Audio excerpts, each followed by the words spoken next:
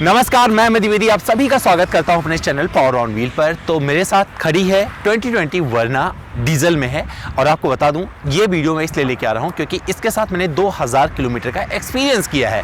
मैंने बीच में जब ये साल खत्म होने वाला था 2020 तो प्लान किया था कि मैं अपनी फैमिली को घुमा के लाऊंगा, तो हिमाचल की यात्रा प्लान की और मेरे पास 3-4 विकल्प थे गाड़ियों के, लेकिन मैंने चुना Hyundai वर्ना। वजह बहुत सारी थी और मैं देखना चाहता था कि ये कैसे परफॉर्म करेगी जब बात करते हैं हाईवे पर और बात करते हैं सिटी की, और साथ ही जब आप पहाड़ी रास्ते पर होते हैं तो वहाँ पर कैसे परफॉर्म करती है, और पहाड़ी रास्ते पर जाते हैं तो वहाँ पर मौका मिला तो स्लो भी पड़ता है, तो क्या ये उन सब का सामना कर सकती है या नहीं। तो यही सब कुछ बताने वाला हूँ, अपना अनुभव जो मैंने किया है इस वर्ना के साथ। तो पूरा वीडियो अंत तक जरूर देखिएगा क्योंकि ये वीडियो बहुत ही दिलचस्प होने वाला है।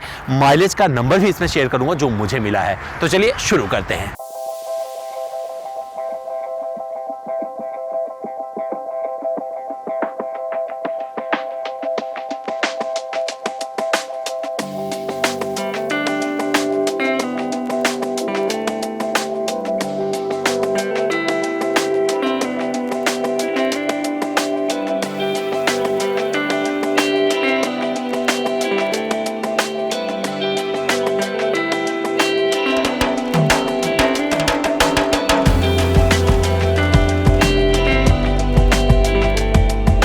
तो दोस्तों अब बात कर लेते हैं इसके परफॉर्मेंस की, जो मैंने एक्सपीरियंस किया पूरा इस गाड़ी के बारे में, क्योंकि रिव्यू आप पहले ही देख चुके हो।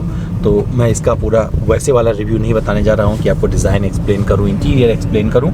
तो सिंपल मैं आपको बात बताऊँगा, जब मैं निकला यहाँ से और जो मैंने पूरी यात्रा की हिमाचल तांडी तक गया, जो कि लगभग 540 किलोमीटर के आसपास एक साइड में पड़ता है। तो आना जाना अगर ये मिलाएंगे लगभग 1100 किलोमीटर हो जाएगा। और इसके अलावा जो मैंने ड्राइव किया टोटल मिला के पूरे मेरे ड्राइविंग में एक अच्छा खासा किलोमीटर ऐड हो गया। तो मैं अपना अनुभव आपसे साझा करना चाहता हूँ हिमाचल तक का जो मैंने एक्सपीरियंस किया। इसमें आपको सिटी ट्रैफिक भी मिलेगा, हाईवे का एकदम अलर्टपन भी मिलेगा, और साथ ही वो चीज़ भी नज़र आएगी जिससे आप बोलते हो परफॉर्मेंस के लिए खुली हुई सड़कें, वह पहाड़ी का जो रास्ता होता है जिसे आप सर्पाकार रास्ते बोलते हो। तो इन सब के साथ ही एक चीज़ और ऐड होगी इसमें, ऊबड़ खाबड़ रास्ते पर भी मैंने इस Hyundai वर्ना को एक्सपीरियंस किया है।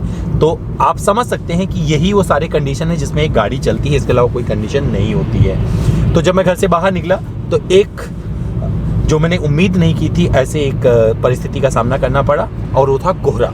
क्योंकि आंदोलन चल रहा है इधर और हमारे तरफ से आप एक्सेस नहीं कर सकते हैं सीधे दिल्ली के लिए, तो अलग अलग रास्ते से जाना पड़ता है दिल्ली में एंट्री होने के लिए। तो मैं जब चंडीगढ़ के लिए निकला तो मैंने सोचा कि एक ऐसा रास्ता लेता हूं जो यहाँ बीच में कहीं आए ना, दिल्ली ही ना आए। तो उसके लिए क्या था, ईस्टर्न फेरिफेरल आप ले सकते हो। तो मैं घर से बाहर निकला अपनी सोसाइटी से और मेरठ हाईवे पर चला, और वहीं से मैं चढ़ गया ठीक उस पे अपने ईस्टर्न पेरीफेरल पर। और जैसे ही ईस्टर्न पेरीफेरल पर चढ़ा, वहाँ पर घने कोहरे ने मेरा स्वागत किया, क्योंकि कोहरा बहुत ज़्यादा था। और उस जगह पर जब मैं पहुँचा तो मुझे समझ नहीं आया अभी करूँ क्या, और उसके लिए कोहरे के लिए आपको तैयार होना जरूरी होता है। मैं तुरंत तैयार नहीं था, मैं एक स्पीड पर चलता जा रहा था। सडनली मुझे नज़र आया कि गाड़ी एकदम सामने आ गई है। मैंने ब्रेक किया और वहीं पर टेस्ट हो गया इसका हार्ड ब्रेकिंग। और आपको बता दूं ब्रेकिंग बाइट्स बहुत सॉलिड मिलते हैं इस वर्ना में। और जो विजिबिलिटी है इसके बाद मैंने फॉग लैंप ऑन किया और धीरे धीरे करीबन 30-35 की स्पीड में पूरे रास्ते को पार किया। तो वहाँ चीज़ एक समझ में आई कि अगर आप निकल रहे हैं कहीं पर तो आपकी गाड़ी के ब्रेकिंग बहुत अच्छे से दुरुस्त होने चाहिए और फॉग लैंप जरूर काम करते रहना चाहिए। तो मुझे इसने फंसने नहीं दिया, और चंडीगढ़ तक क्योंकि वहाँ पे खुला रास्ता आता है इस वजह से फॉग था। चंडीगढ़ के जब रास्ते पर उतरा मैं तो वहाँ से कोहरा छट चुका था, और इसके बाद में मैं हाईवे पर चला। और हाईवे पर आपको बता सकता हूँ इसमें 6 स्पीड मैनुअल ट्रांसमिशन लगा हुआ है, और जो इसका पावर आउटपुट है क्योंकि 1.5 लीटर का CRDI डीजल इंजन इसमें दिया गया है, और ये 114 bhp की शक्ति देता है लगभग, और 250 Nm के टॉर्क आसपास ये गाड़ी पैदा करती है। तो ऐसे में जब आप हाईवे पर होते हो तो, और क्योंकि मेरे साथ मेरा पूरा परिवार था, तो वहाँ पर एक मोमेंट पर ऐसा लग रहा था कि शायद इंजन थोड़ा सा और बड़ा होना चाहिए। लेकिन आपको बताऊं अगर आप अकेले ड्राइव कर रहे होगे तो ये आपको फील नहीं होने वाला है। और इस सेडान में 1.5 लीटर के साथ में मतलब एक सामंजस्य तो बिठाया गया है, लेकिन एक मुराद थोड़ी सी रह जाती है कि थोड़ा और होता तो अच्छा होता। और ये वही ख्वाहिशें हैं जहाँ पर आप उम्मीद तो करते हैं, लेकिन जब नहीं पूरी होती है तो आप जो है संतोष कर लेते हैं और ज़्यादा निराश नहीं करते हैं, तो आपको निराश नहीं करेगी ये Hyundai वरना कहीं से भी। तो ये मुझे अच्छा लगा। और जब मैं चंडीगढ़ के पास पहुंचा तो वहाँ मुझे बहुत हैवी ट्रैफिक मिला, और उस ट्रैफिक में बम्पर, उसे ही आप बम्पर टू बम्पर ट्रैफिक कहेंगे, तो वहाँ पर इसने मुझे सपोर्ट किया। सेकंड, थर्ड, फोर्थ गियर तक में, मतलब शिफ्टिंग मुझे ऐसे नहीं मतलब करना पड़ा था बार बार कि मैं बार बार शिफ्ट करता रहूँ, मुझे बहुत ज़्यादा दिक्कत हो। तो वहाँ पर मुझे अच्छा लगा, क्योंकि डीजल इंजन चलाने का, अगर डीजल गाड़ी चला रहे तो ये फ़ायदा होता है, क्योंकि टॉर्क की कोई कमी नहीं रहती है। जब आप चंडीगढ़ से आगे बढ़ना शुरू करते हैं और मंडी की तरफ बढ़ने लगते हैं, तो मंडी से करीबन 100 किलोमीटर पहले बहुत गंदा ट्रैफिक मिला। और पहाड़ का ट्रैफिक अगर आपको मिल जाए तो आपको पता चल जाएगा कि भैया गाड़ी को पूरी तरीके से टेस्ट कर सकते हैं आप वहाँ पर, क्योंकि पहाड़ में और ट्रैफिक मतलब बम्पर टू बम्पर ट्रैफिक, मतलब आपको गाड़ी से सब कुछ चाहिए होता है। और वहीं पर जैसे मैं करीबन 6-7 घंटे के जाम के बाद निकला, तो वहाँ मुझे इस गाड़ी में बैठकर अच्छा लगा, क्योंकि बहुत ही कंफर्टेबल केबिन था। मेरे परिवार को भी कोई कंप्लेन नहीं हुआ। मुझे डर लग रहा था कि मेरे साथ मेरी 5 महीने की बिटिया है तो कहीं ज़्यादा दिक्कत ना हो, लेकिन सच में मुझे कोई दिक्कत नहीं हुई। तो वहाँ पर भी मैंने सोचा कि चलो श्रेय दे दिया जाए इस Hyundai वरना को, थैंक्स बोल दिया जाए, क्योंकि इसका केबिन बहुत ही कंफर्टेबल है आप गाने सुनते हुए, क्योंकि इसका जो टच इंफोटेनमेंट सिस्टम मिलता है बहुत अच्छा है, और कनेक्टेड फीचर्स दिए गए हैं, तो उसके सहारे आप बोर नहीं होते हो। तो 6-7 घंटे के जाम को मैंने पी लिया, मुझे बुरा नहीं लगा।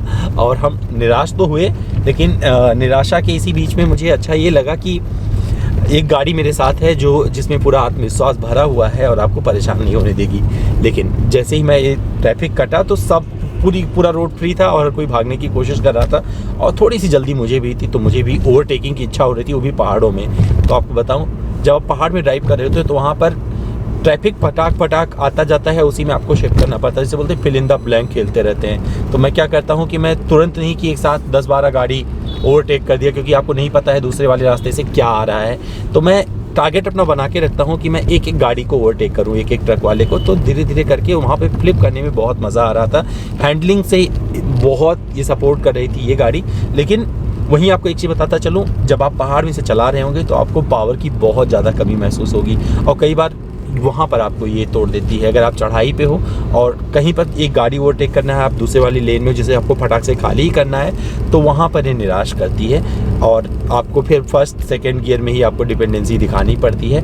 और वो बहुत ज़्यादा, क्योंकि ये वो गियर हैं जहाँ से आप गाड़ी उठाते हो, परफॉर्मेंस वाले गियर नहीं है जहाँ पर आप गाड़ी भगाते हो। तो लगता है कि हाँ थोड़ा सा होता तो अच्छा रहता, लेकिन मैं आगे बढ़ता गया। और मंडी के ठीक बाद रास्ते बहुत ज़्यादा बन रहे हैं और बहुत ख़राब रास्ते हैं, और ये रास्ता आपको ओट टनल तक मिलता है ख़राब।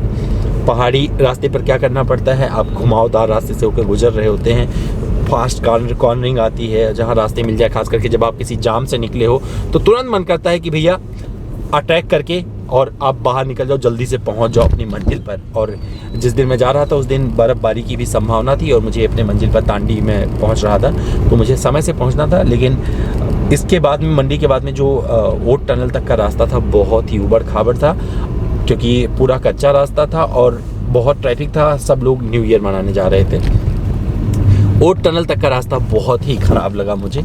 हालांकि इस गाड़ी ने मैनेज कर लिया, बट जब आपके पास ऐसी सेडान होती है ना, तो मुझे लगता है उस गाड़ी से कंप्लेन करने से ज़्यादा आपको खुद से कंप्लेन करना चाहिए कि अगर इन गाड़ियों को शहर में चलाएं तो ज़्यादा अच्छा होगा। ऐसे जगह पर लेके ना जाए जहाँ पर अनप्रेडिक्टेबल रोड्स आने वाली हैं, तो वहाँ के लिए SUV चुन लिए। तो मेरे पास जो ऑप्शन थे, मेरे पास उस समय 3 गाड़ियाँ खड़ी थी। BMW X1 था, और अमेज थी, और एक सोनेट थी। तो मैं ना चुन के, अगर मैंने सोनेट भी लिया होता तो मुझे लगता है मैं बहुत ज़्यादा कंफर्टेबल रहता। लेकिन ठीक है, कंफर्ट के लिहाज से मेरा परिवार जो है एकदम आनंद मैं था, उनको कोई दिक्कत नहीं, दिक्कत मुझे हो रही थी। और ओट टनल से मैंने राइट लिया, और तांडी तक का जो इसके बाद में 50 किलोमीटर के आसपास का सफ़र था, बहुत ही सकरे रास्ते से होके गया। और वहाँ पर इस लंबी सेडान ने डिसअपॉइंट नहीं किया। पहाड़ पर बहुत अच्छे से चलती है, खास करके जब मोमेंटम बना हो, स्पीड भी होते हो, तो वहाँ पर आपको निराश नहीं करती है गाड़ी, और आप खेलते हुए आगे निकल जाते हैं इससे। और मेरे साथ अच्छा ये रहा कि जब मैं पहुंच गया मतलब अपनी मंजिल पर, तो वहाँ बर्फ़बारी शुरू हुई, क्योंकि अगर बर्फ़बारी पहले शुरू हो जाती तो मैं शायद मुझे वहीं पे कहीं पे रुकना पड़ता। जो बंजार है एक जगह, वहाँ पर तांडी में ही आता है, तो बंजार या जीबी में मुझे कहीं पर शरण लेना पड़ता, लेकिन मैं तांडी तक पहुंच गया अपनी गाड़ी से। इसके बाद में जम के बर्फ़बारी हुई, और उस बर्फ़बारी में इसको मैंने जब सुबह दूसरे दिन चलाया तो मुझे ग्रिप अच्छा मिल रहा था। लेकिन वहाँ पर एक ट्रिक भी सीखा मैंने कि अगर बर्फ़बारी ताज़ा हुई हो और सड़क पर आके वो जम जाती है तो पूरा हार्ड बर्फ़ बन जाती है, तो आप जो है स्टीयरिंग को ऐसे करते रहो तो वो टूटती चली जाती है और टायरों को ग्रिप मिलता रहता है। लेकिन वहाँ पर आपको बहुत स्लो चलाना पड़ता है। तो बिना किसी स्नो चेन के मैं इस वरना से अपने रास्ते से निकल आया और मेरा पूरा परिवार खुश था। यहाँ पर जो मेरा वैकेशन था बहुत अच्छे से निकला और मुझे अच्छा माइलेज भी मिला। और सबसे अच्छी बात थी, उस समय पंजाब का जो टोल था वो सब किसानों के समर्थन में माफ़ था, तो वहाँ पर कोई टोल भी नहीं लगा। तो एक सस्ती यात्रा करके हम लोग लौट आए। और मैं इसका श्रेय देता हूँ, अगर आपको बता दूँ इस Hyundai वरना को, कि अब आप समझ सकते हैं अगर आप एक गाड़ी चूज कर रहे हैं अपने लिए, अपने यूज़ के लिए, तो वरना आपके लिए क्यों कंफर्टेबल रहेगी। तो आपको बैठ के सबसे पहले ये डिसाइड करना है कि आप चलने वाले कहाँ हो। तो अगर आपका पूरा का पूरा जो रास्ता है, आपकी जो पूरी ज़िंदगी है आसपास गुजरने वाली है शहर में, तो मुझे लगता है कि बिना बेहिचक आपको ये गाड़ी चुन लेनी चाहिए। लेकिन अगर आपके रास्ते में या आपकी मंजिल में पहाड़ी रास्ते आते हैं या फिर ऊबड़ खाबड़ रास्ते आते हैं, या ऐसे कई बार ऐसे सड़कों पर आप जाते हैं जहां पता ही नहीं है क्या होने वाला है, तो इस वरना को मत चूज करिए, कुछ और गाड़ी चुनिए। और आपको बहुत सारे विकल्प आजकल सब कॉम्पैक्ट एसयूवी में और कॉम्पैक्ट एसयूवी भी मिल जाते हैं। और यही वजह है कि क्योंकि मल्टीपर्पज़ अगर बात करेंगे तो एसयूवी जो छोटी एसयूवी अपना बड़ी भूमिका निभाती हैं ज़्यादा ग्राउंड क्लियरेंस से और बहुत ज़्यादा कंफर्टेबल रहती हैं। लेकिन ये वरना शहर के लिए बनी है, जहाँ पर आप एक राजा की तरह अपने शहर में जब आप अपने ऑफिस जाते हो वहाँ लेके जाओ, बम्पर टू बम्पर ट्रैफिक का सामना करो और सुकून से मंजिल पर पहुँचो, लेकिन वहाँ जहाँ पर अच्छे रास्ते होते हैं। तो दोस्तों उम्मीद करता हूँ मेरा ये एक्सपीरियंस आपको पसंद आया होगा।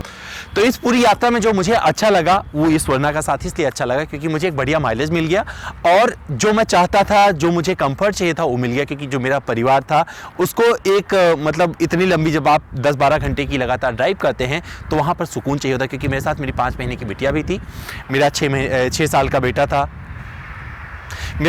बेटा था। तो ऐसे में मुझे गाड़ी ऐसी चुनी थी जिसमें ये लोग आराम से जाएं और सुकून से वापस आएं, जिससे फिर मुझे भी सुकून रहे घर में, नहीं तो पता चले कुछ और बवाल हो गया।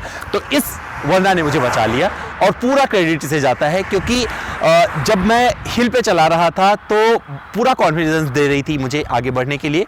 2-3 गियर में मैं आगे चलाता गया, हालांकि मुझे लग रहा था थोड़ा सा और पावर रहता तो ज़्यादा अच्छा लगता, लेकिन फिर भी मैंने मैनेज कर लिया और इससे मैं डिसअपॉइंट नहीं हुआ। लेकिन वहीं पर एक मेरे दिल में इच्छा हो रही थी कि अगर ये 1.5 लीटर वाला डीजल ना 2 लीटर के आसपास का होता तो मुझे थोड़ा और सुकून मिलता इसे चलाने में और ये मज़ेदार हो जाती, पहाड़ों के हिसाब से और बढ़िया लगता। लेकिन जब बात सिटी की करेंगे तो सिटी पर कहीं भी ये डिसअपॉइंट नहीं करती है।